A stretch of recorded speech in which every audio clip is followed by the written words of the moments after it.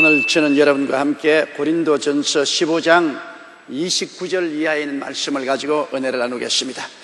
다 같이 29절 읽겠습니다. 만일 죽은 자들이 도무지 다시 살지 못하면 죽은 자들을 위하여 세례받는 자들이 무엇을 하겠느냐? 어찌하여 저희를 위하여 세례를 받느냐? 이 바울 선생 당시에 고린도 교회 성도들에게는 교리에 사실은 불합리하지만은 그들의 간절하고도 안타까운 부활에 대한 소원으로 예수를 믿기는 믿었으나 세례받지 못하고 죽은 자를 위해서 가족과 친척들이 대리 세례를 받는 그와 같은 관습이 있었습니다. 그건 성경적으로는 부합하지 않아요. 성경에는 본인이 예수를 믿고 본인이 예수 그리스도와 함께 장사 지낸 바 되고 함께 부활하는 것을 표시하는 것으로 물 세례를 받는 것인데, 이 고린도 교회 교인들은 만일 물 세례 받지 않으면 부활 못하면 어떻게 하는가? 그들은 부활에 대한 뜨겁고 간절한 소원을 가지고 있고 또 믿음을 가지고 있었습니다. 그렇기 때문에 예수 믿고 세례 받지 못하고 죽으면 부활 못하면 어떻게 하느냐? 그래서 그 가족과 친지들이 그 사람 대리로 세례를 받는 이런 관습이 있었습니다. 그것은 사실은 성경적으로는 불일치합니다. 그렇기 때문에 요 사이는 그런 것이 없어졌습니다. 성경에 입각하지 않은 관습은 존속할 수가 없는 것입니다. 그러나 바울 선생은 이것을 인용해서 얼마나 부활에 대한 신앙이 확실하고 간절한 것을 표현하고 있는 것입니다. 만일 죽은 자들이 도무지 살지 못한다면, 죽고 난 다음 다시 못 살아난다면 무엇 때문에 죽은 자를 위해서 세례를 왜 대신 받노 말이야? 세례 받는다는 것은 부활을 상징하거든요. 세례는 그리스도와 합하여 물로 세례받아 죽고 함께 살아난 부활을 상징하는, 그리스도의 죽음과 살아남에 하나 되었다는 것을 표시하는 것이 물로 세례받는 것입니다. 근데 도무지 죽은 자가 살아나지 못하면 무엇 때문에 세례받느냐? 부활이 없는데 죽었으면 그뿐이지 뭘 다시 살아나는 그 부활의 상징인 세례를 받느냐는 것입니다. 그러므로 이것은 교리에는 합당하지 않습니다. 그러나 죽은 자들이 도무지 다시 살지 못하면 그러한 관습들을 행하고 있는데 어찌하여 저희를 위해 세례받느냐 말이에요. 그러니까 반드시 죽은 자는 부활한다, 그 사실을 얘기해 바울 선생이 더 강조해서 관습까지 인용해서 말씀을 하고 계신 것입니다. 죽은 자는 반드시 부활합니다.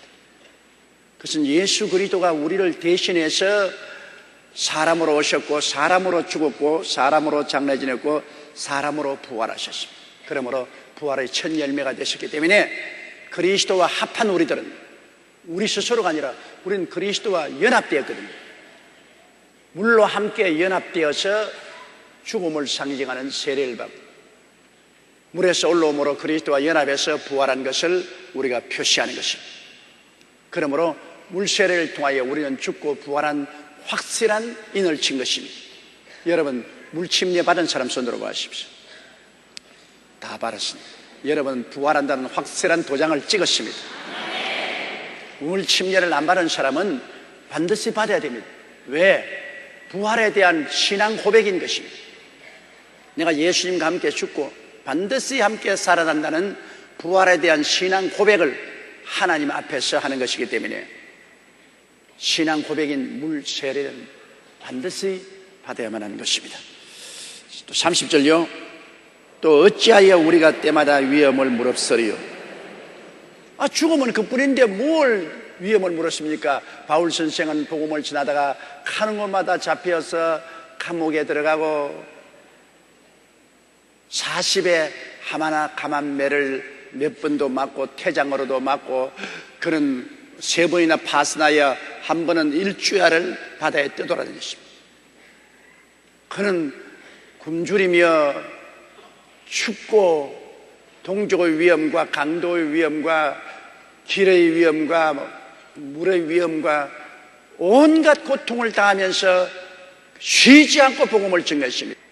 바울 선생께서 어찌하여 우리가 때마다 위험을 무릅쓰리요? 죽어버리면 그뿐인데 뭐 때문에 위험을 물었습니까? 반드시 부활이 있고 내세의 영광이 있기 때문에 위험을 위험으로 생각하지 않고 기쁨으로 극복한다는 것입니다. 사람이 희망이 있으면 어떠한 고난도 여러분 겪는 것입니다. 제가 서대문에 있을 때 18살에 배 어린아기를 가지고 과부가 된 우리 교회 권사님이 있습니다. 18살에 결혼하자 남편이 세상을 뜨고 유복자로서 아들 하나를 낳았습니다. 그래서 18살에 낳은 아들을 그는 이 아들을 키우면 희망이 있다. 얘를 잘 키워놓으면 내 여생에 희망이 있다고 생각하고 무지무지하게 고생했어요. 간증 들어보니까 그 아들을 키우고 공부시키고 살기 위해서 그 옛날에 일정시대 말기 그리고 6.25를 통하면서 수많은 유혹을 부딪혔습니다. 그 군사님이 상당히 이쁘장해요. 그러니까 시집가라고 얼마나 많이 권유를 하고 또 수많은 남정네들의 유혹을 받았습니다. 그는 말하기를 몇 번이나 다 포기하고 시집을 가버릴까 싶은 생각이 치밀어 올랐으나 이 아들 하나 키워놓으면 남은 여생에 소망이 있을 것이라 생각하고 가정부로부터 시작해서 건축노동자로서 또 김맥이 온갖 품앗이를 다하면서 아들을 키웠어요. 그래서 아들을 대학까지 보내가 결혼을 시켰는데 며느리가 시어머니를 안 보겠다고 해서 쫓겨났어요. 그래서 내게 와서 눈물을 흘리면서 그런 말을, 목사님, 내가 일찌감치 시집갈 걸 청춘을 다 바쳐 아들 하나 키워서 대학까지 보내놓고 나무 좋은 일 시키느냐, 나무 딸 좋은 일 시키고 말았지 않습니까? 며느리가 나를 안 보겠다니까 아들 또 합세해가지고서 날 보고 나가라 하는데 너무너무나 억울하고 원통해서 이 억울하고 원통함을 누구에게 호소하며 어디에 가서 보상을 받을 수 있습니까? 하염없이 옵니다. 내 청춘이 너무나 원통하다. 그래서 내가 말했습니다. 무엇 때문에 내가 고생했냐? 시집가고 말지.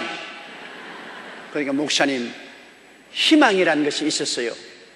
아들 키워놓으면 좋은 일이 있을 것이라. 얘 잘 키워서 장가보내 놓고 나면 내 끝날에 영화가 있을 것이라는 희망이 있었기 때문에 그 모진 고통과 유혹을 이겼습니다. 아들만 없었어도 내가 벌써 시집가서 운명을 달리했죠. 그 말에 상당한 인상을 받았습니다. 맞아요. 희망이 있으면 고통을 참을 수가 있습니다. 희망이 없으면 고통을 못 참아요. 그러나 내일의 희망이 있으면 오늘의 고통은 참아요. 예수님께서도 부활하여 하나님 보좌 우편에 앉을 그 영광을 위해서 십자가의 고난을 참았다고 히브리서에 말하고 있는 것입니다. 그 가혹한 십자가의 고통도 예수님은 미래의 희망이 있기 때문에 기쁘게 주님께서 받아들였다. 만일 바울 선생께서 부활해서 영생을 얻고 그리스도와 함께 영원히 다스리는 자리를 얻을 것이라는 희망을 갖지 않았더라면 그의 청춘을 그렇게 어마어마한 고통과 괴로움에 내어 던져서 복음을 전하지 않았을 것입니다. 바울 선생만한 지식을 가지고 있는 사람은 이 세상에서도 출세해서 대접받고 잘 살 수 있습니다. 그는 헬라 철학에도 달통했고 로마의 법을 잘 알았고 유대의 종교에도 달통한 훌륭하고 놀라운 학자였습니다. 잘 살 수 있었어요. 그럼에도 불구하고 그 모든 것을 분토와 같이 버리고 일생을 던져서 세상에 찢기와 쓰레기 같이 되어서 고생하며 복음을 전하는 것은 희망이 있었기 때문인 것입니다. 부활해서 영원한 천국을 누린다는 희망이 있었기 때문입니다. 여러분에게도 그 희망이 있습니다. 지금 이렇게 살지만은 주님 강림하시는 날에 부활해서 영원한 천국에 들어가 산다는 희망을 가진 사람들인 것입니다. 여러분에게는 꺼지지 않는 희망의 불꽃을 마음속에 가지고 있습니다. 아무리 비가 오고 바람이 불고 눈보라 같이도 이 희망의 불꽃은 꺼지지 않습니다. 하나님께서 이 희망을 인을 쳐주시고 그 증거로 성령의 불꽃을 주시는, 이 희망의 인이 쳐있고 성령의 불꽃이 타고 있습니다. 그렇기 때문에 여러분이 스스로 뒤로 물러가서 예수님을 포기하지 않은 이상은 이 희망은 거짓되지 않고 참된 것입니다. 31절요. 형제들아, 내가 그리스도 예수 우리 주 안에서 가진 바 너희에게 대한 나의 자랑을 두고 단언하니 나는 날마다 죽노라. 날마다 바울 선생은 죽을 각오를 하고 일을 한다, 그 말인 것입니다. 날마다 죽을 각오를 하고. 그러니까 바울 선생의 생애는 살기 아니면 죽기입니다. 그냥 희미한 것 없어요. 화끈하게 그는 복음을 전가하며 살았습니다. 날마다 죽을 각오라. 내 이 복음 전하고 맞아 죽을 것이다. 혹은 돌에 맞고 태장으로 맞고 혹은 감옥에 들어가고 혹은 사형을 당할지도 모른다. 그러나 그는 타협하지 않았습니다. 여러분, 사드락과 메삭과 아벳느고가 능히 타협할 수 있었어요. 두라 평지에 세워놓은 금신상에게 한번 꾹꾹 절만 하면은 그들은 지위나 명예나 권세를 얻고 느부갓네살의 총애를 받으며 잘 살 수 있습니다. 벌써 그렇지 않더라도 느부갓네살의 총애를 받아서 바벨론도의 도백들이 되어 있는데, 그 신상에 절 한번 하면 당장 높여지죠. 인간의 육신으로 생각하면 타협하고 싶습니다. 오늘 많은 주의 종들과 장로들이 북한에 올라가기 위해서 김일성 동상에 절한 것처럼, 김일성 동상에 꽃다발 바치고 절만 하면 북한에서 대접받고 잘 관광도 하고, 그러는데 잠시 누가 보나 하나님 저 멀리 계시고 안 보는 것 같으니까 김일성 동상에 꽃 바치고 우뻑 절을 합니다. 타협입니다. 그렇게 해서 북한의 관리들에게 환영을 받고 박수를 받고 좋을 줄로 생각합니다. 타협입니다. 타협하면 하나님께 버림을 당합니다. 사드락과 메삭과 아벳느고가 두라 평지에 있는 그 금신상에게 절했더라면 그들은 지옥불에 탔을 것입니다. 그러나 사드락과 메삭과 아벳느고는 타협하지 않았습니다. 왕에게 말했습니다. 왕이여, 우리는 왕이 세운 신상에 절하지 아니할 것이요, 왕이 우리를 7배나 뜨겁게 한 풀무불에 던져넣으면 우리 하나님이 능히 건질 것이로되 하나님이 건지지 아니하실지라도 우리는 타협하지 않겠습니다. 바울 선생같이 그는 죽음을 결단하고 신앙의 정조를 지켰습니다. 그럴 때 느부갓네살 왕은 사드락과 메삭과 아벳느고를 묶어서 그 풀무불에 던져넣는데, 던져넣자마자 놀란 것은 그 시련의 불이 그들의 묶은 밧줄을 다 불태워버리고 자유롭게 해주고, 그게 네 번째 사람, 신의 아들과 같은 사람이 와서 함께 붙잡고 강강수훈례를 하고 있었습니다. 여러분, 신앙을 타협하지 않고 주님 중심으로 살겠다고 결심하고 나가면 불같은 시험을 당하지만은 그 오히려 시험의 불이 여러분의 묶은 밧줄을 태워버리고 마는 것입니다. 시험이 여러분을 더 신앙적으로 자유롭게 만들어주는 것입니다. 우리가 타협하지 아니하면 핍박의 불길, 시련의 불길이 오히려 우리를 얽매는 밧줄을 태워버리고 자유롭게 하고, 제 네 번째 사람, 하나님의 아들이 더 깊이 우리와 같이 와서 교제하게 되는 것입니다. 그러므로 불같은 시험을 두려워하지 말 것은 시험이 종국적으로는 우리를 영적으로 더 자유롭게 하고 예수님과 함께 살게 만들어주는 것입니다. 시험만큼 더 가까이 예수님과 함께 살게 만들어주는 불길은 없습니다. 사드락과 메삭과 아벳느고가 불길 가운데 안 들어갔으면 제 네 번째 사람, 하나님의 아들과 함께 관광수훈례를 어떻게 합니까? 하나님의 아들의 인정을 받습니다. 전국적으로 느부갓네살이 그들을 불러내어 가지고서 그들을 더 높여주었습니다. 타협하지 아니하면 자유롭게 되고 하나님 아들을 만나게 되고, 그리고 오히려 나중에 더 높은 지위를 얻게 되는 것입니다.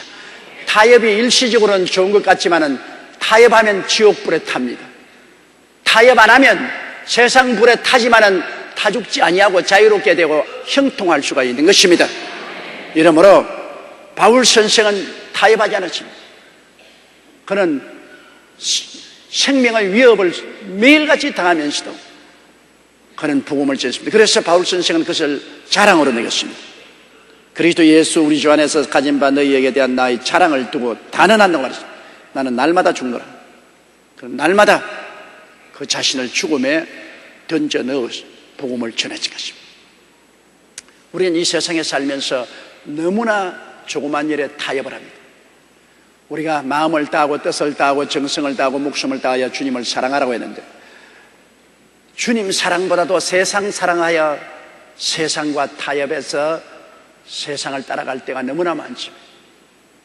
일시적으로 유혹의 달콤함이 있을지 몰라도 장래에는 그로 말미암아 큰 손실과 괴로움을 당하게 되는 것입니다. 이 세상에 가장 큰 것이 우리 하나님 아버지와 예수님의 사랑을 받고 인정을 받는 것입니다. 온 세상 다 잃어버려도 하나님 아버지와 예수님 사랑을 받고 있으면 이런 것 하나도 없습니다. 그러나 이 세상 유혹 때문에 아버지 하나님의 사랑과 예수 그리스도의 사랑에 대한 배반을 하고 하나님과 등을 돌리게 되면 그 손실은 형언할 수가 없는 것입니다.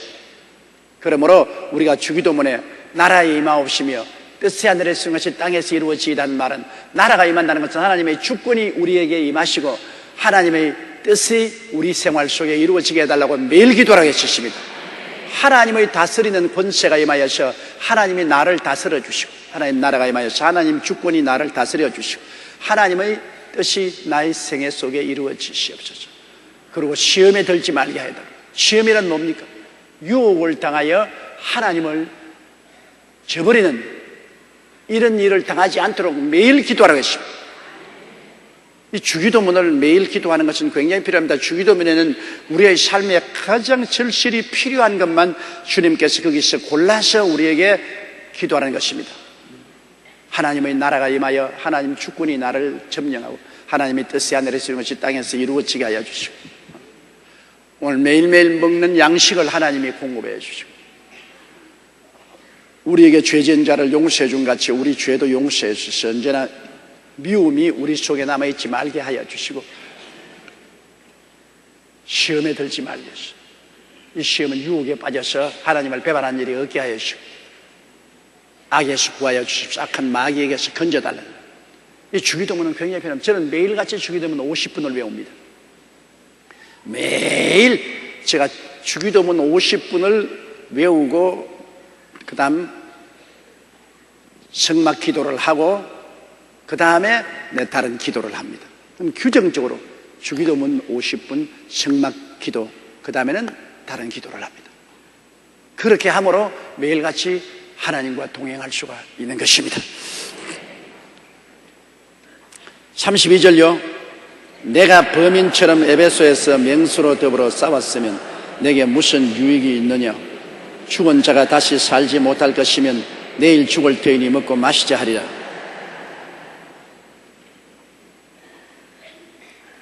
에베소에서 바울은 복음을 전가하다가 잡혀서 맹수와 더불어 싸운 경험을 여기에 말하고 있는 것입니다.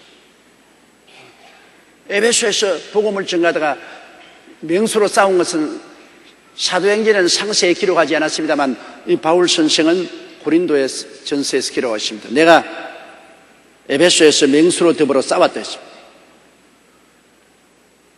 옛날엔 죄인들을 공설 운동장에 사람들 구경거리로 만들어서 맹수를 풀어놓고 싸웁니다. 그래서 맹수에서 물려서 죽으면 죽고 맹수를 죽이면 살아납니다. 내가 보기엔 바울이 그 이후에도 살아있는 거 보면 바울이 하나님의 성령의 도우심을 받아 맹수를 죽인 것이 틀림이 없습니다. 바울 선생께서 나는 에베소에서 맹수로 더불어 싸웠다. 그때 바울 선생은 하나님의 능력을 의지하여 죽기 아니면 살고의 각오로서 타협하지 않았다. 만일 예수를 주로 시인하지 않고 부인하고 그리스도의 복음을 전하지 않겠다고 했으면 맹수로 더불어 싸우지 아니했을 것인데, 그는 그리스도를 부인하지 아니하고 끝까지 그리스도를 전하겠다고 하므로 사람들이 보는 운동장에서 맹수로 더불어 바울은 싸웠다. 그러나 바울 스승이 말하기를 내가 예수 그리스도의 죽었다가 부활하신 그 확실한 믿음을 가지고 희망을 가지고 싸웠으니까 싸움이 효과가 있었지, 범인처럼 이런 희망이 없는 보통 사람으로서 맹수와 싸웠으면 무슨 의미가 있느냐. 싸우다가 죽어도 의미가 없고 이겨도 의미가 없다. 내가 맹수와 더불어 싸워서 이긴 것은 나는 내가 죽었나 예수 그리스도 안에서 부활한다는 확실한 소망이 있기 때문에 죽음을 두려워하지 않고 싸울 수가 있었다. 이 맹수도 감당하지 못하죠. 죽음을 두려워하지 않고 싸우는 자에게 맹수가 어떻게 감당합니까? 보통 사람은 다 죽음을 두려워하죠. 맹수가 오면 죽을까 싶어 두려워하죠. 그러나 바울은 나는 죽어도 부활한다는 담대한 신앙이 있기 때문에 그런 어마어마한 확신을 가지고 나가면 맹수도 두려워하는 것입니다. 원래 짐승은 사람에게 복종하도록 만들어졌습니다. 아담과 하와에게 하나님께서는 모든 생물을 다스리라고 했습니다. 타락하기 전에는 생물들은 감히 사람 근처에 오지 못했습니다. 타락한 오늘날에도 동물들은 사람을 두려워합니다. 그러나 구원받은 우리들이 마음에 어마어마한 부활신앙을 가지고 담대하게 있으면 이 맹수들도 감히 덤벼들지 못합니다. 맹수가 사람을 해치는 것은 사람이 두려워하기 때문에 해치는 것입니다. 사람이 두려워하면 두려움을 냄새 맡고 맹수가 얕보는 것입니다.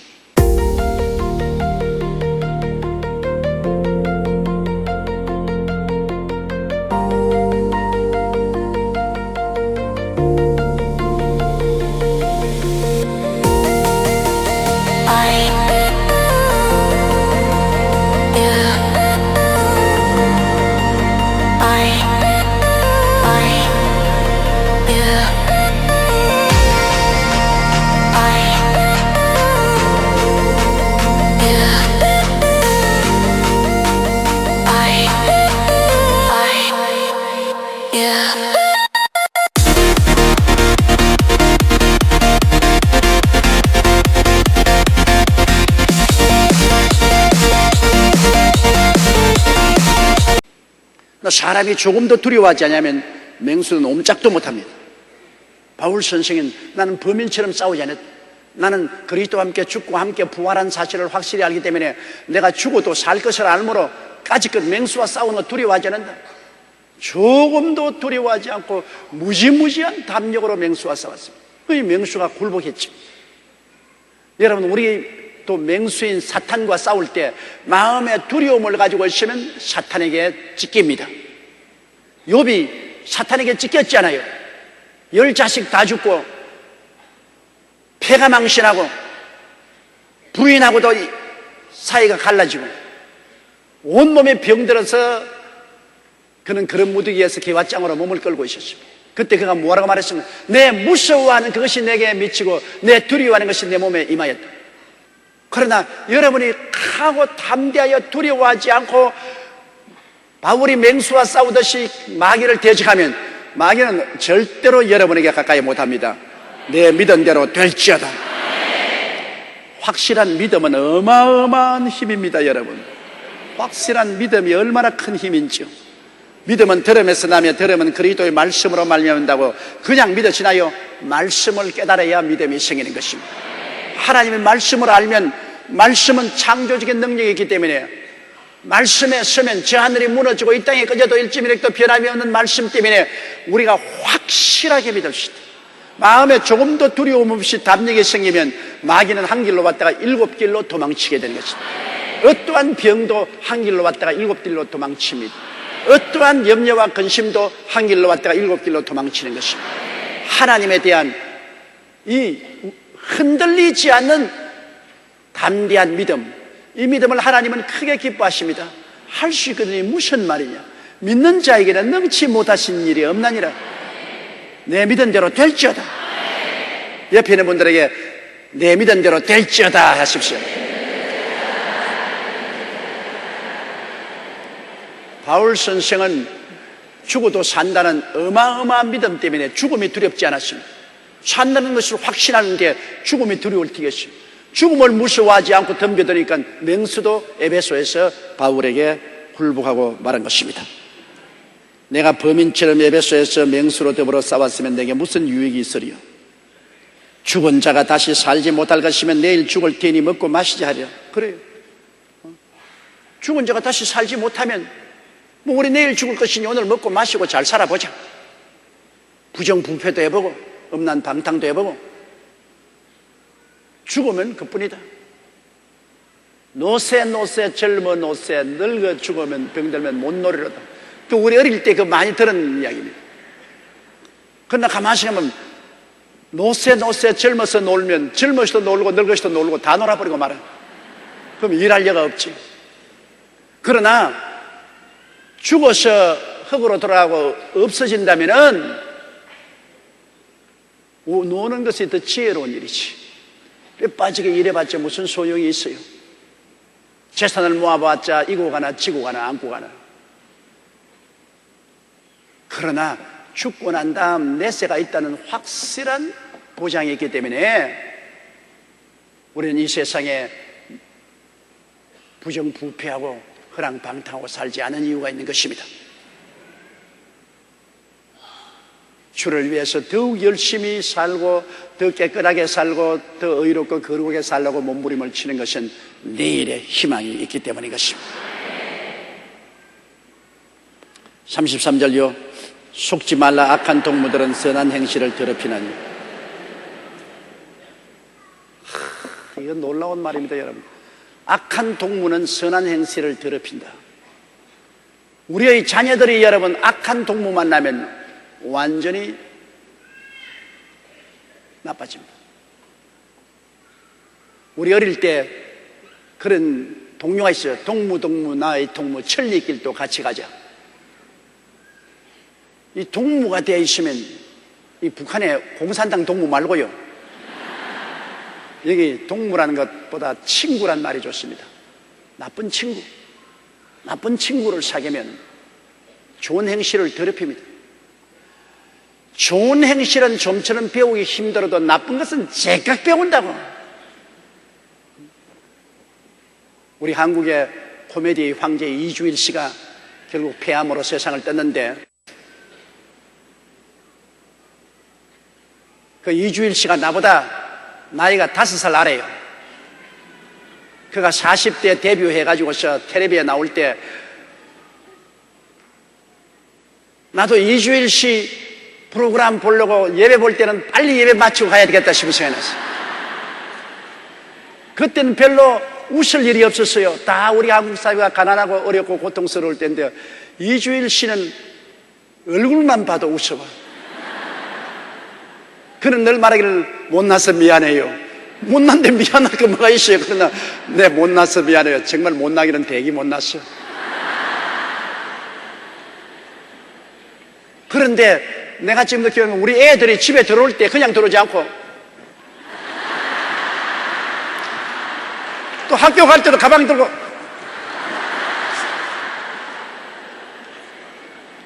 이주일씩 걸음걸이 흉내를 내는 것입니다. 얼마나 애들에게 영향력이 많았던지 전부 이주일씩 본을 보고 이야기를 하고 그렇게 웃고 그렇게 거위 걸음을 걷고 그렇게. 그러니까 나중에 이거 영향력이 너무 나쁘다, 애들에게 너무 영향이 나쁘다 해서 텔레비쇼 중지당한 일이 있습니다.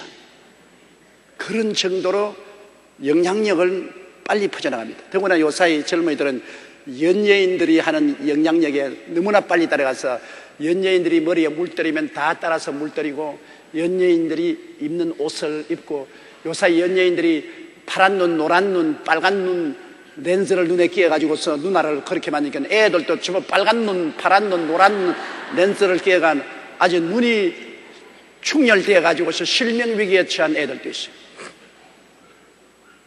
좋은 행실은 좀처럼 안 닿는데 나쁜 행실은 순식간에 닮아요. 유행병이 무섭지 않습니까, 여러분? 유행병 한번 돌면 그냥 확 떠올지 않아요. 그러기 때문에 애들도 언제나 좋은 친구를 사귀어야 돼요. 좋은 친구는 부모 말 잘 듣고 열심히 공부하고 내일을 위해서 삼가는 이러한 좋은 행실을 가진 친구들을 사귀면 그 영향력을 받아요. 그 영향력을 받아서 열심으로 이 맹자 삼천지도라는 말이 있지 않습니까? 맹자의 어머니가 맹모 삼천지도, 맹자를 교육하는데 제일 처음에 집이 공동묘지가에 있으니까 밤낮으로 하는 게 애가 벌레 잡아서 놓고 어하홍 어하홍 어하남차 어하홍 이제 가면 언제 오나 어하홍 어하홍. 아니 어머니가 가만히 장사하고 보니 애 버리겠단 말입니다. 밤낮 그것만 하고 있어. 그래서 할 수 없이 시장터에 갖다 놓으니까 집을 가더니 그 다음부터는 헐찍헐찍한 내 물건 사세요. 헐찍헐찍합니다. 반값으로 드립니다. 떨이다 떨이 까짓것 미치고 그냥 본전보다 미치고 준다. 엄마가 가만 보니 이거 큰일 났단 말이에요. 그래서 집을 수당으로 옮겼습니다. 그러니까 수당에서 늘 듣는 것이 하늘천 따지 가물연두루왕 지부 집주 넓음을 거칠 왕거니까 그걸 따라서 열심으로 학문을 공부해서 맹자가 되었다. 그 유명한 이야기 있지 않습니까? 그래서 악한 동무는 선한 행실을 쉽게 더럽힙니다. 이러므로 우리 한국 사회에도 지도층 인물이 잘못하면 밑에 대부분의 국민들이 다 따라가요. 운물이 맑아야 아랫물이 맑단 말이죠. 지도층이 잘하면 아래층이 다 아래가 따라가지만 지도층이 잘못하면 아래 사람들이 다 또 따라갑니다. 리더십에 있다는 것은 굉장히 힘든 일입니다. 나머지 지도층에 있다는 것. 그래서 부모가 된다는 것이 얼마나 힘든지 알아요? 부모가 된다는 것은 너무나 힘듭니다. 왜? 자식들이 부모를 보고 배우고 그 자식들이 또 자기 친구들에게 영향력을 미칩니다. 우리 교회학교 어린아이가 나를 만나지만 우리 어머니는 마귀 할머니예요. 우리 어머니는 마귀 할머니예요. 너 어머니가 왜 마귀 할머니예요? 나중에 어린아이 엄마에게 물어보니까 집에서 아버지가 장난으로 너 어머니 마귀 할머니 같이 생겼다 그러니까 그 다음부터 맏딸이 그거 듣고 댕기면서 온 동네에 다 우리 어머니 마귀 할머니라고. 우리 어머니 마귀 할머니. 보십시오. 부모의 말이란 얼마나 중요합니까? 애들이 제강 배운다. 그러므로 부모 되기 여러분 힘듭니다. 자식은 하나님이 주신 기업인데 기업을 잘해야 되지 않겠습니까? 그런데 자식 그냥 낳아놓기만 해놓고 그 다음 막 내 던져놓고 부모가 그냥 자식들 앞에서 온갖 추태를 다 부리면 그 자식들이 보고 인생은 이렇게 사는구나. 우리 부모가 우리 삶의 모델인데 아버지 어머니가 이렇게 사는구나. 술 먹고 담배 피고 허랑하고 방탕하고 뭐 치맛바람 날리고 개바람 친구바람으로 돌아다니고 집은 늘 비어있고 인생은 이렇게 사는가 보다 배우는 거예요. 그대로 실천하거든. 그러므로 여러분 며느리 구하려거든 그 어머니를 보세요. 아무리 딸이 얌전하게 보여도 나중에 나이 먹으면 꼭 그 어머니 닮아갑니다. 틀림없어. 내가 여러분들 보증한다고. 90%는 그 어머니의 그 딸입니다. 이 딸은 뭐 얌전하고 착하고 어머니는 왈광당강해도 딸은 안 그렇다. 천만에 얼마쯤이면 딸도 왈광당강하게 돼. 배운 게 그거니까. 어린아이는 나이 6살 때 벌써 인격적인 기초가 완성이 됩니다. 6살 때요. 벌써 기초가 완성이 돼요. 그러므로 나중에 교육을 통해서 많이 달라져도 기초는 또 다시 드러나는 것입니다. 어느 아들도 아버지의 모습을 안 닮은 사람이 없어요. 저는 요사이 아침 면도를 하고 거울을 이렇게 들어보면 어찌나 우리 아버지가 닮았던지 내가 좀 내 자신의 개성을 가지면 좋겠는데 내 목에 이렇게 줄생기까지 아버지 닮았어. 내가 아침 세수하고 걸어오면서 이렇게 걸어오면서 내 기억에 아버님도 이렇게 걸으시더라. 어찌할 수 없어. 그 아버지의 그 아들인데 안 닮을 도리가 있어요. 닮는 것입니다. 성격 고약한 것도 잘 닮아요. 우리 아버님 성격 급한 것도 내가 닮아가지고서 아무리 애를 써도 부전자전이라 그것이 제어가 되질 않아요. 이러므로 우리가 누구와 함께 교제하는가, 이거 굉장히 중요합니다.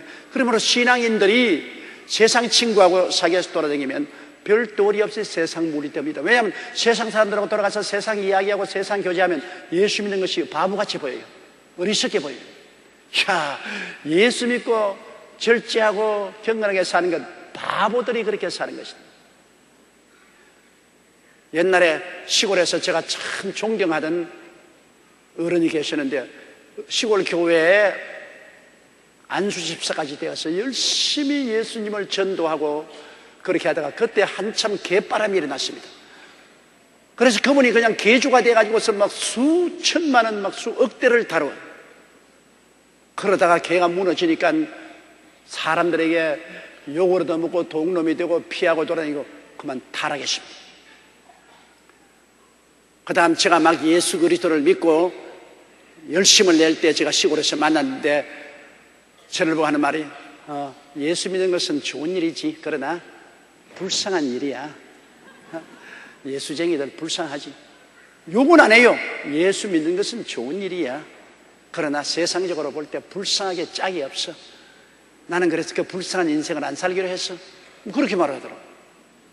왜? 세상 친구 사귀다가 세상 법대로 살다가 그 신앙을 파탄이랬습니다. 그분들 다 세상 떴는데, 그때 세상에 여러분 개에서 돈 좀 많이 벌었다고 한들 지금 지옥에 앉아서 그 개 타령하고 있을 때가 됐어요. 개 타령도 안 되고 소 타령도 안 되지. 그러니 무슨 소용이 있어요? 원래 우리가 왜 셀 미팅을 만들어 놓고 셀에 자꾸 참석하면 셀인지 구역인지 같은 말이지만은 거기에 참여하면 신앙의 교통이 있는 것입니다. 신앙의 교통이 있어서 서로 신앙의 도움을 베풀어 줍니다. 문제가 생기면 셀원들이 다 같이 와서 기도해 주고 함께 격려해 주기 때문에 내 혼자면 넘어질 것인데, 셀원들이 같이 있어서 기도해 주고 붙들어 주고 위로해 주기 때문에 어려움을 극복할 수가 있기 때문인 것입니다. 이 세상에는 혼자서 일어서지 못해요.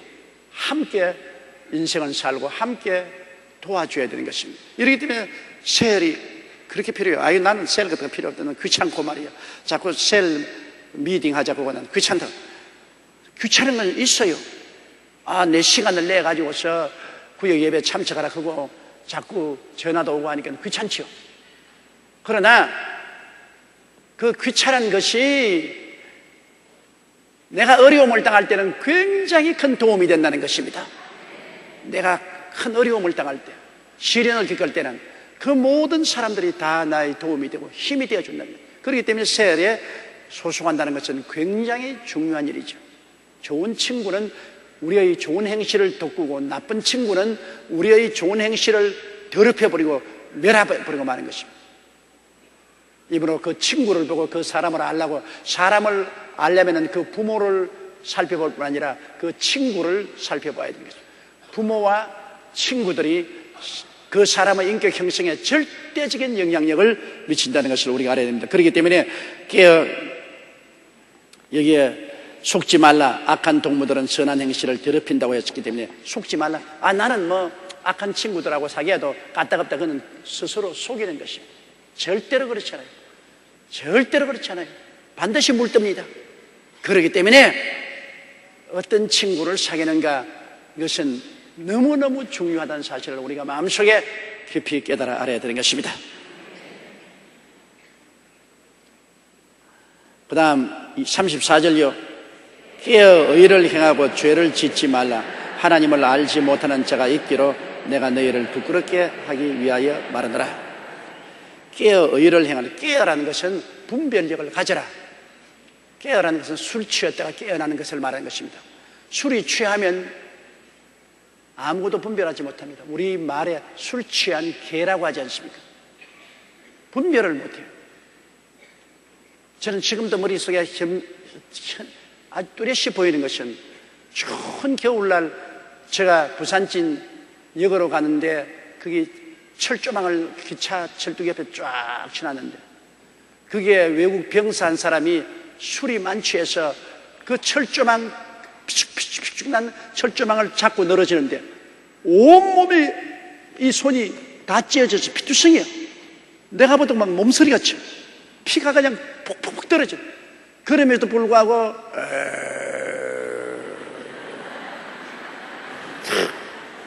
또 그 찔린 것도 뽑아서 또 온몸 손이 그냥 철조망에 찔려서 피투성이가 돼. 내가 그 어릴 때 보고 너무나 마음에 충격을 느꼈습니다. 술 취하는 저렇게 분별력이 없구나. 보통 술 안 취하고 깨있으면 여러분 철조망을 붙잡으면 손에 상처를 있는 건 다 알잖아요. 분별력이 있으면 그런 것 안 하잖아요. 그러나 술이 취하니까 분별력을 상실해요. 그래야 그 모양이 됩니다. 그 사람 술 깨고 난 다음에 아마 온 손에 붕대가 안고 크게 후회했을 거예요. 사람이 깨어나지 못하면 분별력을 잃고 세상에서 어리석은 일을 하는 것입니다. 그러므로 우리가 항상 깨어 있어야 돼요. 영적으로 깨어 있으려면 어떻게 하냐? 말씀을 늘 읽어야 깨어 있을 수가 있고, 기도에 게을리하지 않아야 깨어 있을 수가 있는 것입니다. 말씀과 기도가 우리로 하여금 하늘나라의 하나님의 마음으로 깨어 있게 만들어주는 것입니다. 말씀 읽지 아니하고 기도하지 아니하면 이 세상 잠에 들어가요. 세상 잠에 떨어지면 분별력을 잃어버리고 도저히 상상할 수 없는 위험을 행하게 되는 것입니다. 그러나 말씀을 읽고 기도하면 하나님 성령께서 마음속에 분별력을 주시기 때문에 성령도 우리 연약함을 도와주십니다. 성령은 지혜의 영이요 총명의 영이요 모략의 영이요 재능의 영이요 지식의 영이요 야훼를 경외하는 영이기 때문에 성령이 우리에게 분별력을 주심으로 이거 안 되겠다, 이거는 위험하다, 이 길은 떠나야 된다, 이 일은 하지 말아야 된다, 이렇게 성령의 분별을 따라 살아야 된다. 그렇기 때문에 우리가 깨어있으면 성령의 분별력을 얻어서 의를 행하고 죄를 짓지 않게 되는 것입니다. 죄라는 것은 하나님의 법을 무시하는 것이 죄입니다. 하나님의 법을 짓밟는 것. 내 앞에 다른 신을 두지 말라, 우상에 절하지 말라, 하나님 이름을 망령되이 부르지 말라, 안식일을 거룩히 지켜라, 내 부모를 공경하라, 살인하지 말라, 간음하지 말라, 도둑질하지 말라, 내 이웃을 거짓 증거하지 마라, 내 이웃을 탐하지 말라. 우리가 주어진 뚜렷한 십계명은 우리의 표대가 되는 것입니다.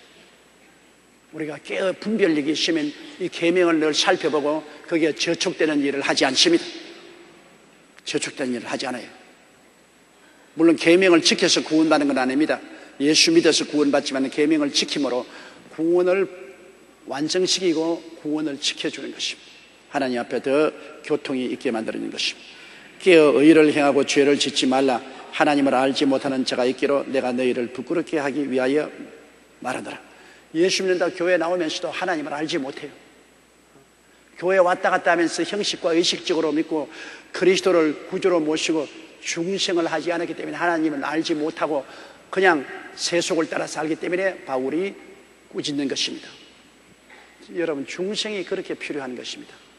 교회에 왔다 갔다 한다고 되는 것 아닙니다. 전통적으로 가정 대대 기독교를 믿으니 우리도 의식적 전통적으로 기독교인이라고 하는 것 소용없어요. 여러분의 자녀들을 보고 올바르게 살아라, 바로 살아라, 옳게 살아라, 어떻게 하라, 그 아무리 말해봤자 그 통과 안 된 것입니다. 거듭나게 해달라고 기도해야 되는 것입니다. 거듭나면 분별력을 얻게 되기 때문에 자동적으로 위험에서 벗어나게 되는 것입니다. 분별력은 거듭나서 성령이 와야 분별력이 오시지, 거듭나지 않은데 아무리 교훈해봤자 마이동풍입니다. 여러분, 아무리 교훈해도 교훈이 사람을 변화시키지 못해요. 거듭나는 것, 그렇게 중요한 것입니다. 물과 성령으로 거듭나면 분별력이 탁 들어와서 의를 행하게 되고 죄를 멀리하게 되는 것입니다. 거듭나게. 그러므로 하나님 우리 자녀를 거듭나게 해달라고, 우리 남편이나 우리 아내를 거듭나게 해달라고, 거듭나게 해달라고 열심으로 기도하십시오. 거듭나서 주님이 구주가 되고 성령이 임하시면 어찌할 수 없이 성령이 분별력을 주시는 것입니다.